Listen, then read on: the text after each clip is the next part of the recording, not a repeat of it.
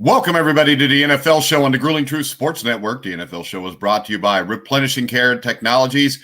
Make sure you check them out at rcandt.com. I am your co-host for the NFL Show, Mike Goodpaster. Right now, I'd like to welcome in my other co-host, NFL beat writer, Sam Teets. How you doing, Sam? I'm doing great, Mike. How about you?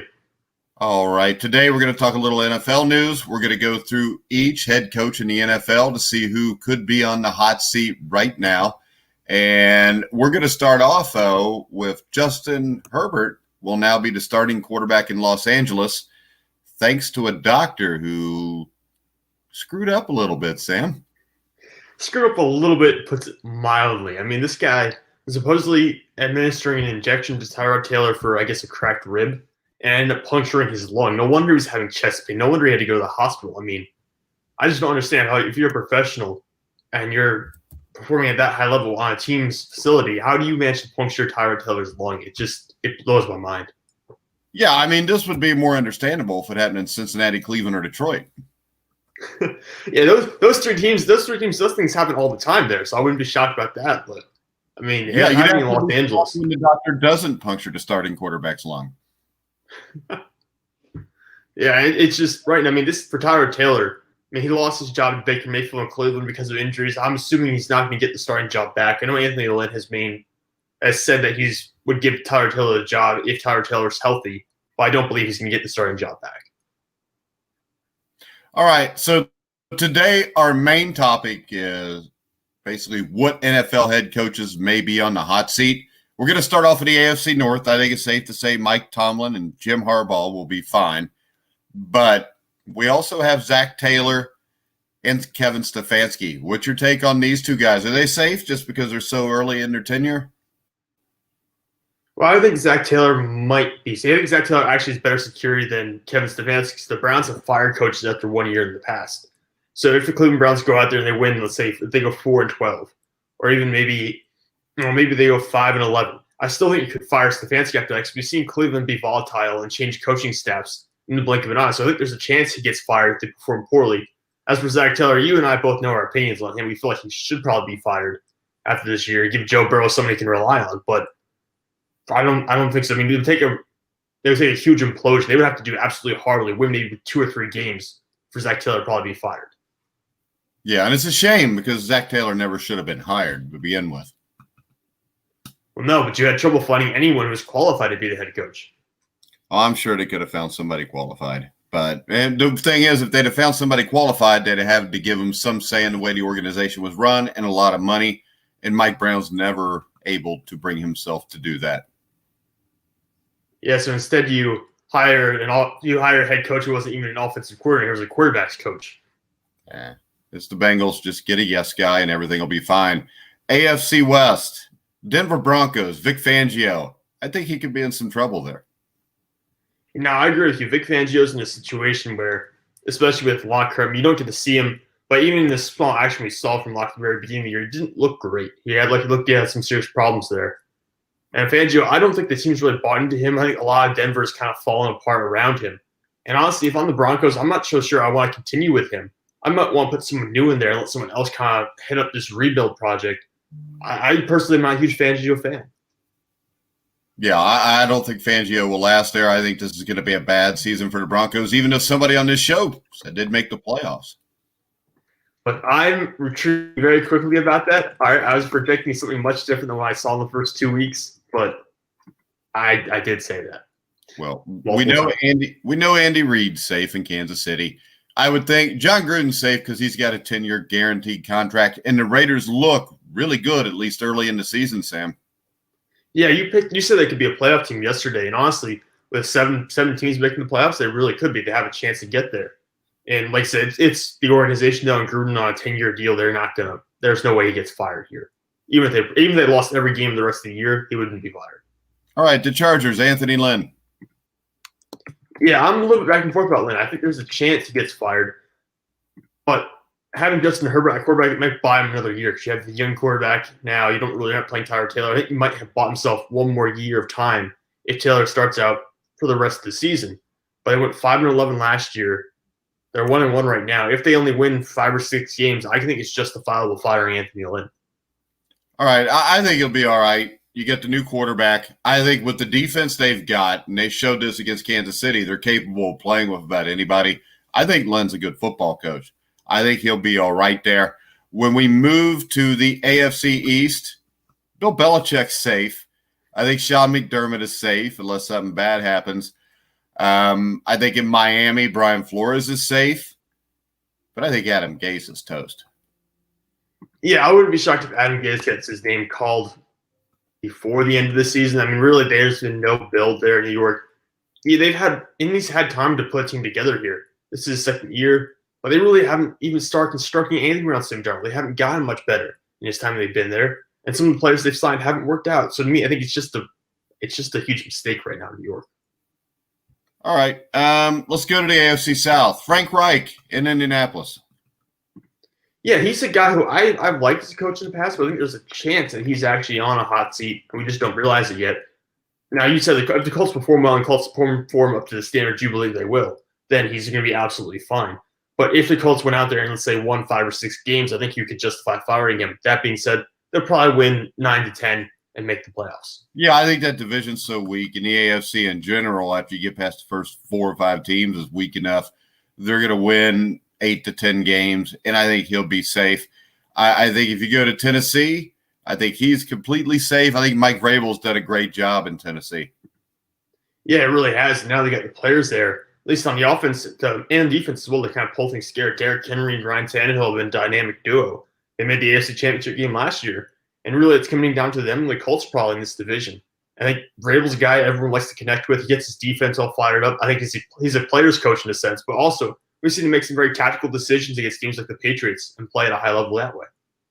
And I think in Jacksonville, the way this team is playing for their head coach, I think right now, I wouldn't say that he's safe, but I think if they continue to play this way and they win 6 games, it's going to be hard to get rid of him. I think it's kind of like the Brian Flores thing. Everybody expected so little of this team at the start of the season, and I think they've already exceeded expectations, Sam. Well, yeah, if you had asked me about him last year, about this time last year, or at the end of last season, I would have said he should absolutely be fired immediately. But right now, I mean, they're 1-1. They came within, 3 points of tying or beating the Tennessee Titans. They look like a competitive football team. They're nowhere near what I expect them to be, which was a team that would compete for the Trevor Lawrence #1 overall pick. And they're not a bottom 5 team in the NFL right now. So I think it's hard to fire something like that if you have those guys in that roster, which really isn't that talented, playing at such a high level. All right, Bill O'Brien. He should already be fired. Yeah. I mean, it's a shame because he's not a terrible football coach, but he's an awful GM. And really getting rid of DeAndre Hopkins and not addressing that offensive line properly is what led to the point where we're at now, where it's basically Deshaun Watson versus the world. And there's no way you're going to win the division that way. All right, let's go to the NFC. NFC South. Is Sean Payton safe? I know there's rumors that he's going to leave there last year or two. And with Drew Brees' declining skills, I mean, you've still got a good team there. They're still going to win a lot of games. So I don't think it's so much would they fire Sean Payton, because I think he would be safe. The question is Sean Payton eventually want out of here soon? I think it's a situation where him and Drew Brees are tied at the hip. When Drew Brees leaves or decides to retire, which could be after the season, depending on how he plays the rest of the year, I think Sean Payton will leave as well. I don't think there's any chance that Payton stays maybe he stays 1 more year after Drew Brees leaves, but that's probably about it. I don't think we're looking at a situation where he stays 2 or 3 more years after Brees is gone. So really, I'm more focused on what Drew Brees does than what Sean Payton does at this point. All right, Dan Quinn, got to go. Yeah, after what just happened this last week, he should be gone right now. He has to be gone. The fact that he hasn't fired Raheem Morris means he should be fired. Yeah, I mean, clearly there's problems here. And honestly, with the whole Falcons team in general, I think they're at a point where you're not going to be able to win with Matt Ryan again. You've invested too much. You don't have enough time to rebuild this team defensively or all along the offensive line. I think this is a situation where you've wasted Matt Ryan's prime, and he's no longer be able to compete at a high level and get you guys to the playoffs anymore, make a deep playoff run. Well, you know what? They wasted Matt Ryan's prime when they didn't just run the play clock down in the Super Bowl up 28-3, because Matt Ryan, with his numbers, with a Super Bowl win there, is a Hall of Fame quarterback. Well, yeah, because he has really good numbers. I mean, he's not by any means a bad quarterback. I think he had number 8 or number 9 in the quarterback power rankings the other day. He's always been right around that bottom end of top 10, and sometimes closer to the top 5. It's just that they really have not. They haven't helped him recently since the Super Bowl loss. They have not helped him, and the coaching and play calling has failed them at all times during clutch situations. Yeah, I think when you look at Carolina, Matt Rule's probably safe just because he's a first-year coach. He just lost Christian McCaffrey for probably a few weeks. Bruce Arians at Tampa Bay is interesting to me because this is a team that, I mean, number one, Bruce Arians retired a couple years ago. He comes back, he gets Tom Brady, he gets all these guys. This has kind of got to be a quick fix for him to be successful in Tampa Bay. Yeah, I don't know that you would fire him after this year if they perform really poorly, and they might give him the one more year because Brady's on a 2-year deal. But I do have a question for you. If Brady comes to you after the season, say it's a collapse, or say they make the playoffs but lose in the first round, and you're the owner or GM, and Brady comes to you and say, I want Bruce Arians gone. Do you fire Bruce Arians and hire someone else? What I asked Tom Brady is who would replace him. Well, yeah, that would be the situation. Because I'm sure Tom Brady has somebody in mind if he comes up and he says that. What if it's Eric Bieniemy? What if he says, I want Eric Bieniemy? Then I would say okay, because I think Eric Bieniemy will be a better head coach than Bruce Arians. And I know Bruce Arians has done some great things. You know, he did some great things in Arizona. He won a Super Bowl as an offensive coordinator, I think, with the 49ers or with the Steelers.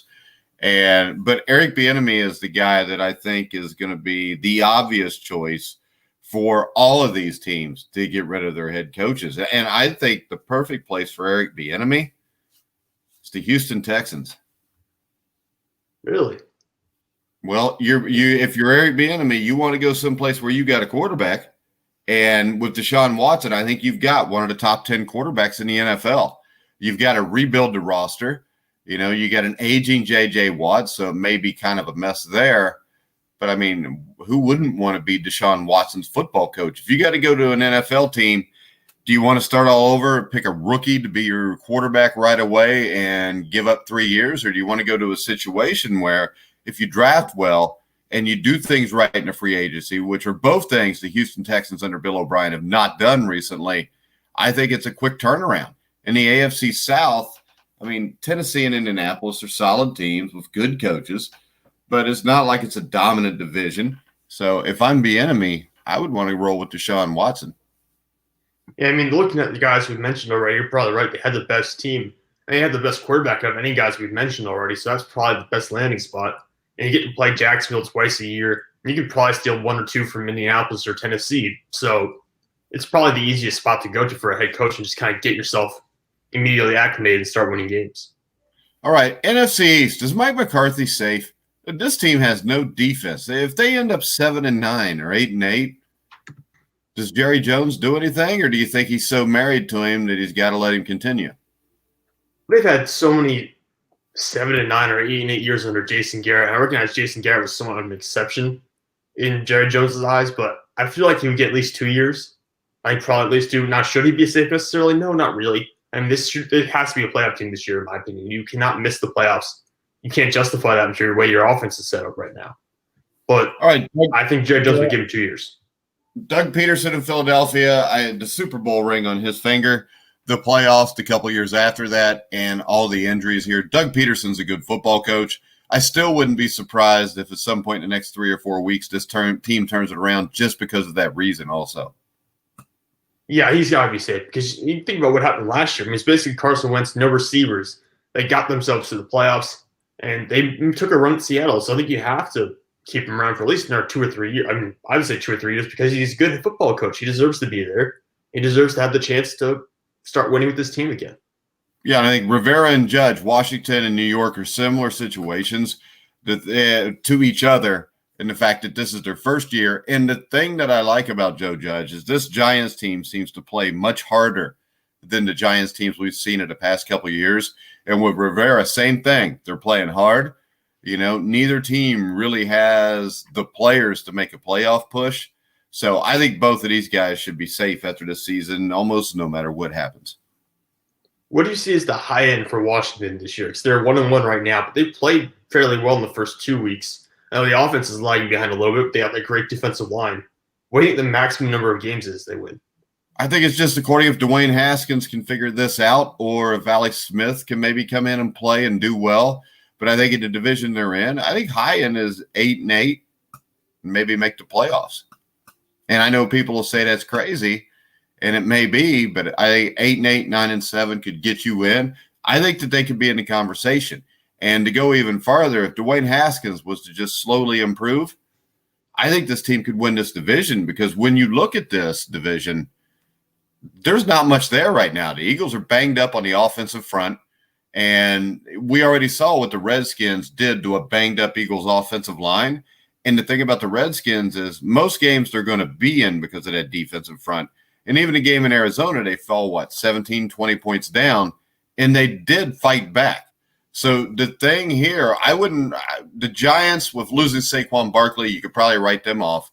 But I think that the Redskins could be the biggest challenger to the Cowboys through this season just because of the injuries in Philadelphia and just because I don't think Ron Rivera is a great coach, but I think he's a good coach. And the important thing about Rivera is I think guys really want to play for him, so they'll go the extra mile for him. And when you match that up with the Dallas team that has no defense and an offensive line that's not quite as good, maybe because of injuries now, they get those guys back.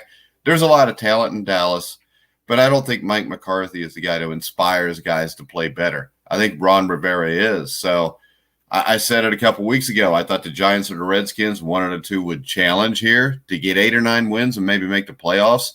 And I think the obvious choice out of those two right now is the Redskins. Rivera is a better coach than Mike McCarthy. I think he's possibly, Doug Pearson's probably the best head coach in that division right now. But his team is so banged up. If something happens to Carson Wentz, you basically lost almost all of your star players on that offense. So Rivera's in a pretty healthy situation, I think, for a first-year coach for Washington, at least, because they got that strong defense. And honestly, the secondary is not that bad compared to some of the secondaries in that division. Well, he's also in a great situation because no matter how bad the team gets, more of the fans are mad at Daniel Snyder than they are who the head coach is, no matter what happens. So you got that built in also. If we go to the NFC West, I think everybody's safe, but I think Shanahan shouldn't be. Yeah, so you're thinking because it might be a bit of a letdown from Super Bowl, might not even make the playoffs this year, and you're thinking that would be the reason they might get rid of him? He's great in the regular season. We've seen him really screw some stuff up. He should have 2 Super Bowl rings right now. He gave away a 10-point lead with 8 or 9 minutes left in the Super Bowl. He gave away a 25-point lead with 17 minutes left. Now, I know he wasn't the head coach, but he could have slowed down and told Matt Ryan maybe don't snap the ball until there's a second or two on the play clock. So I have issues there. Pete Carroll is a guy that gets the most out of his guys, and he's got Russell Wilson. I think Sean McVay, I'm still not I don't think he's a great football coach. But I think this team is showing improvement. If Jared Goff continues to improve, he'll be fine. And in Arizona, Cliff Kingsbury, I'm not convinced he's a great coach, but he's got Kyler Murray. So Pete Carroll got Russell Wilson. When you got a quarterback like that, it's easier to kind of skate by. So I think all 4 guys will be safe in the NFC West. But I think Shanahan is going to have a lot of pressure when we get to next year because I really see this turning into at best, 7-9 year for the 49ers. Yeah, if they go 7-9, miss the playoffs, time starts ticking on Shanahan. When do you think he's got to deliver by? And honestly, it's probably if you don't make the playoffs again, either this year or next year, that's probably it. It's probably the length of your team. But at that point, you start questioning other players on the roster, not just the head coach, but also the players on that team, that they might not be able to carry the team anymore. Because guys like Jimmy Garoppolo, honestly, I'm not sold on Jimmy Garoppolo. Richard Sherman's, I think he's a free agent this offseason. He's going to be getting up there in age. So there's a lot of questions here. How about this? I could be sold on Jimmy Garoppolo if he was with a head coach that would let him learn to play quarterback and let him make mistakes. They dumbed down everything. The NFC Championship game, they ran the ball 8 or threw the ball 8 times. You got to take the shackles off and let the kid be a quarterback. All right, the NFC North. I think this is a division where you could have a lot of blood on Bloody Monday. And I think Mike Zimmer's going to be fired. I said that before the year started.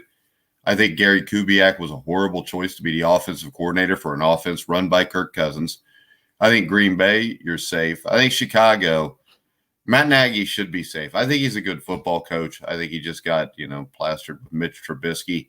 But I think as bad as this division is, they could probably finish second in it. Maybe an outside shot at a wild card spot. Matt Patricia is going to be fired. And I think Patricia is going to be fired sooner rather than later. And I've actually seen some rumors in some Detroit papers that Urban Meyer may take over for him before the season's over. No, you're kidding. You seriously seen that, Urban Meyer? Yeah, I saw an article in a Detroit paper saying there was a rumor that Urban Meyer could take over partway into the season. He always comes back out of nowhere to get these kind of jobs, but I don't know how to jump to all the health conditions he's had. It's amazing how he can turn it around. Yeah, and at the NFL level, it's going to be even probably, I imagine, more stressful than the college level, especially with the way Detroit's playing. Urban Meyer as a college coach will be a complete and utter failure because he is the epitome of a college coach, which means he's a bullshit artist. And he's also very controlling. Grown men see through that. Pete Carroll's a raw coach, but he's a coach that guys like to play for. And to me, a guy like Urban Meyer, he's just a BS artist. That's all he is. And if he goes to the NFL, those guys will eat him up, spit him out. I mean, we saw it with Nick Saban. I mean, Nick Saban goes to the Dolphins.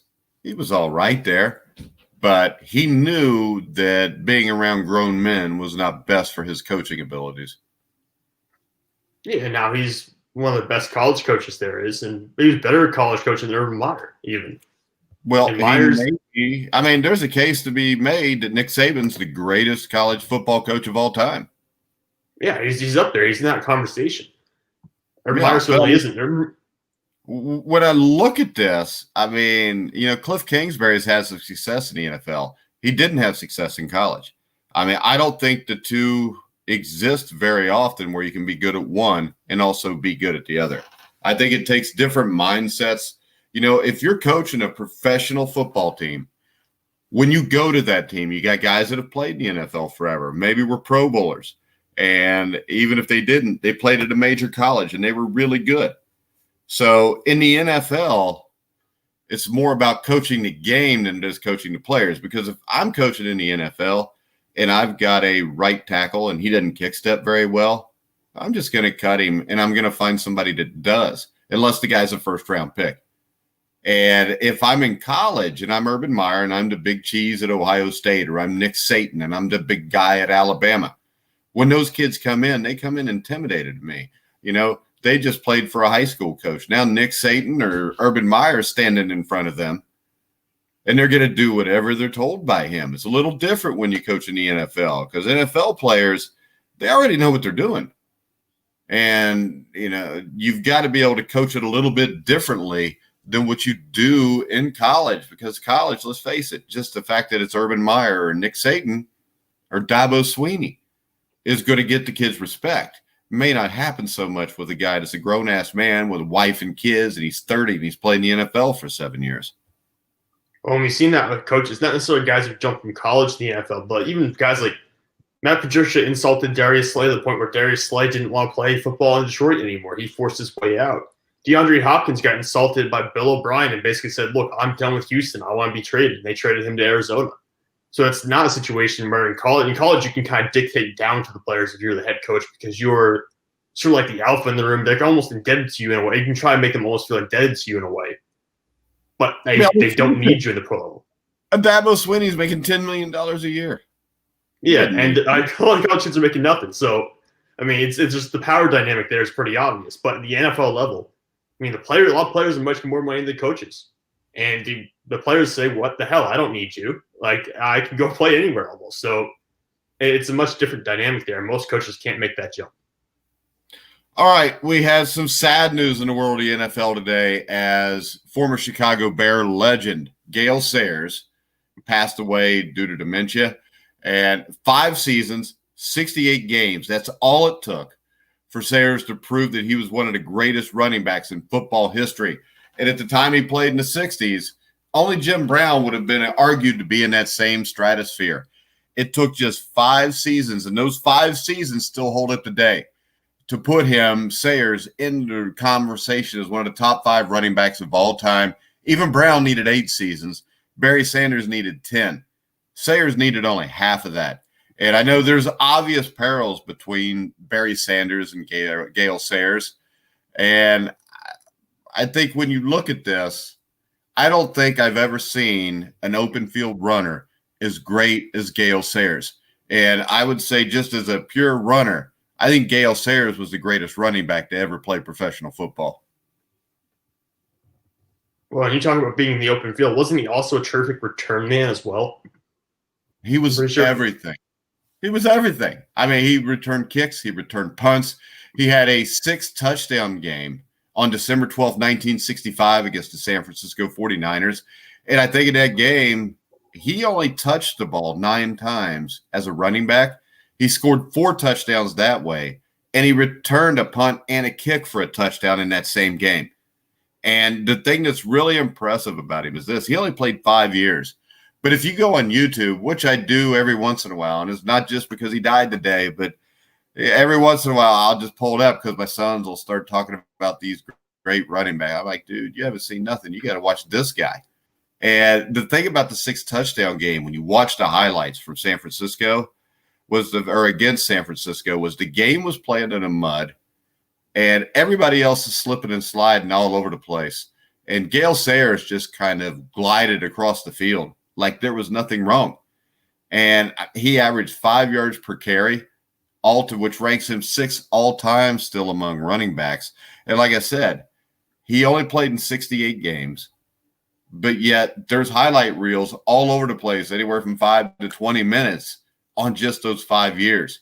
And in 1977, he was elected into the NFL Hall of Fame.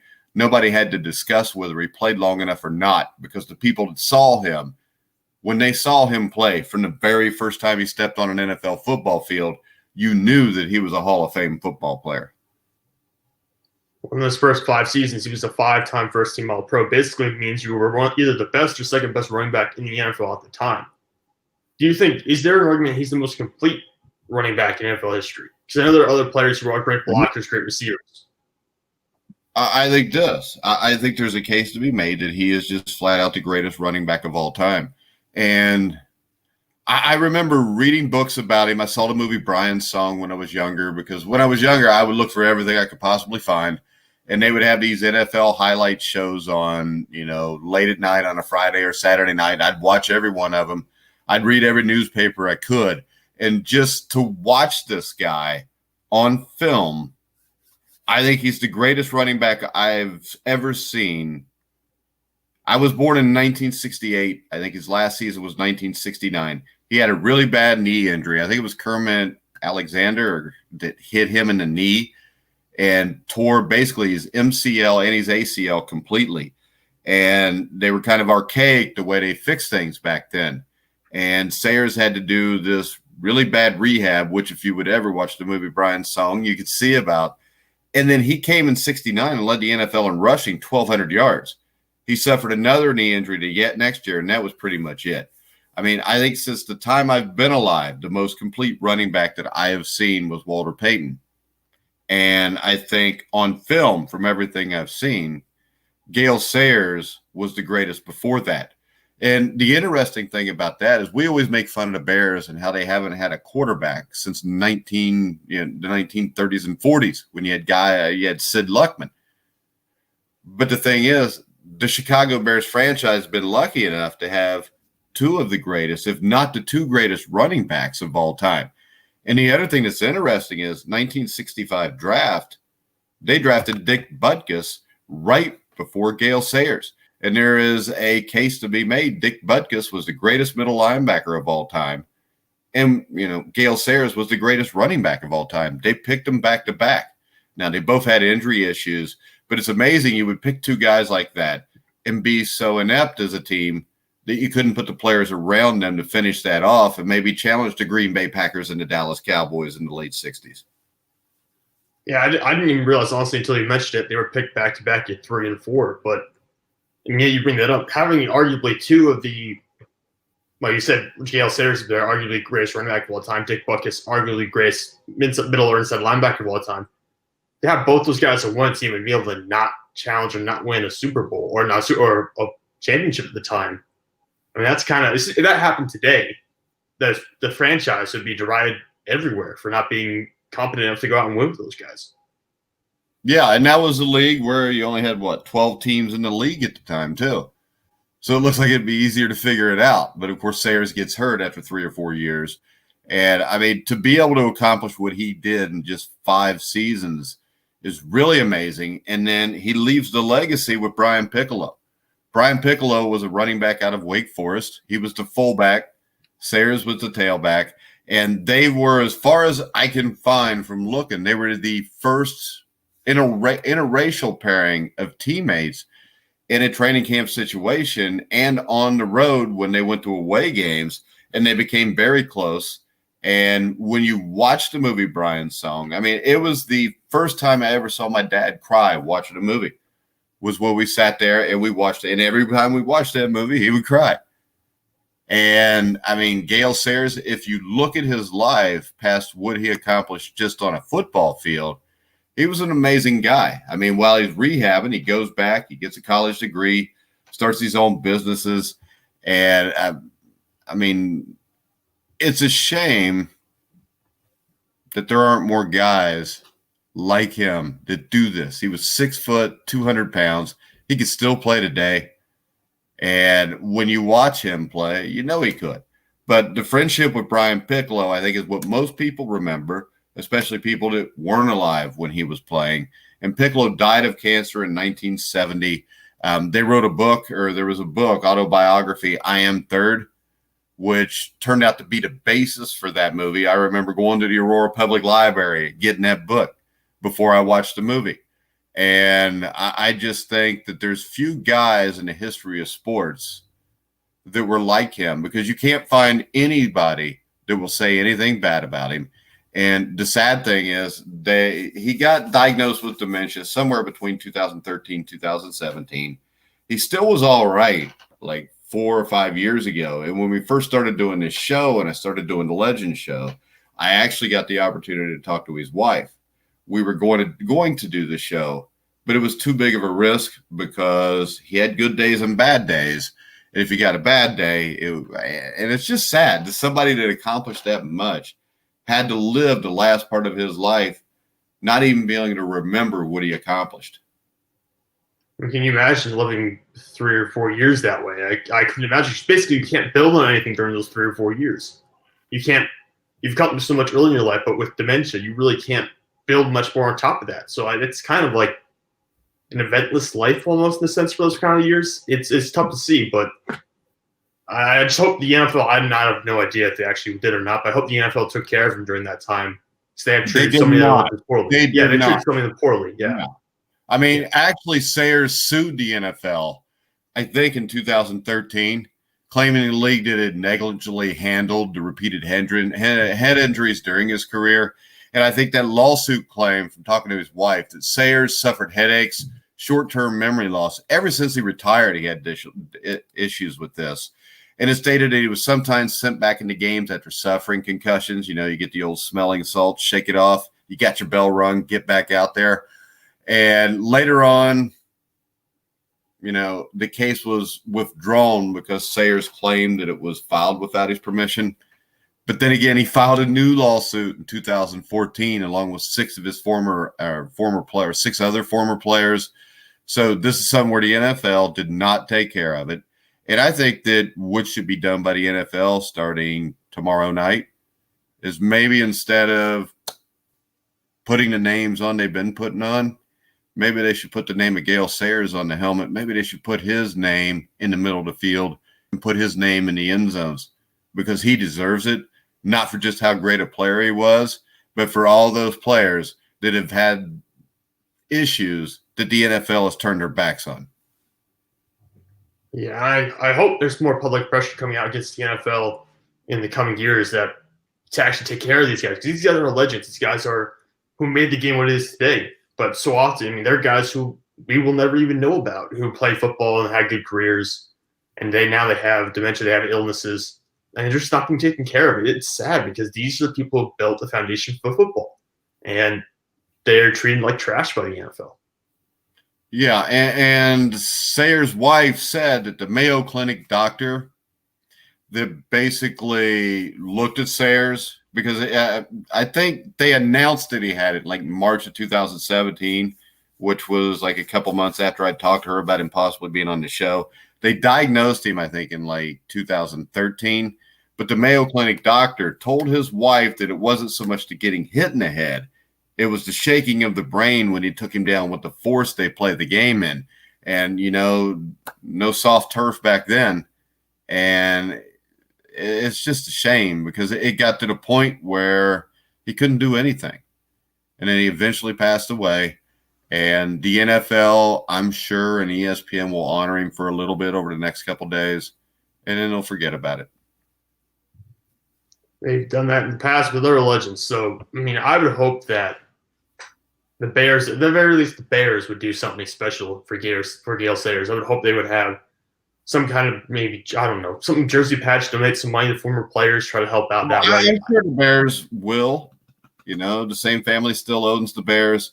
And George Halas said that was the greatest football player he ever saw. And the way he ran, nobody's run like that since. You watch him, he glide, just make guys miss. And it's just a shame that there's so many of these guys that did so much for the NFL that kind of just get forgotten and put by the wayside by the NFL, and they don't worry about taking care of any of them. Well, the thing is, there's not enough coverage of it either. There needs to be more coverage of the issues the players are having or their battles with the NFL, because it's a situation that is outrageous. There should be more public pressure against the league for what they're not doing. Yeah, but you know what? They've got other things to worry about to try to make money off of right now. That's true. They're worried about their financial losses for the year, so they're focusing more on that probably than the benefits of the match. But all right, tomorrow we will be back previewing the Thursday night football game. Miami and Jacksonville right now is a hard game to pick, Sam. Yeah, honestly, both teams are playing really hard. It's surprising. I didn't expect that necessarily. And we will be here every Monday through Friday at 1 o'clock Eastern time. And make sure you check out the Sam and Sam show. It's on thegruelingtruth.com. And you can follow Sam Teets at SamTeets33. Correct, Sam? Correct. You can follow me at Grueling Truth. And tonight at 9 o'clock Eastern time, I'll be back for the Cincinnati Bengals weekly show to look back at the Bengals' loss to the Browns, ahead to the Bengals' battle with the Philadelphia Eagles this week. It'll be myself, Ty Robbins, and, of course, number 58, former Cincinnati Bengal linebacker Joe Kelly. Make sure you check us out at 9 o'clock tonight. Check out our presenting sponsor, Replenishing Care and Technologies at rcandt.com. So for now, for Sam Teets, I'm Mike Goodpaster. You've been listening and watching to The Grueling Truth, where the legends speak.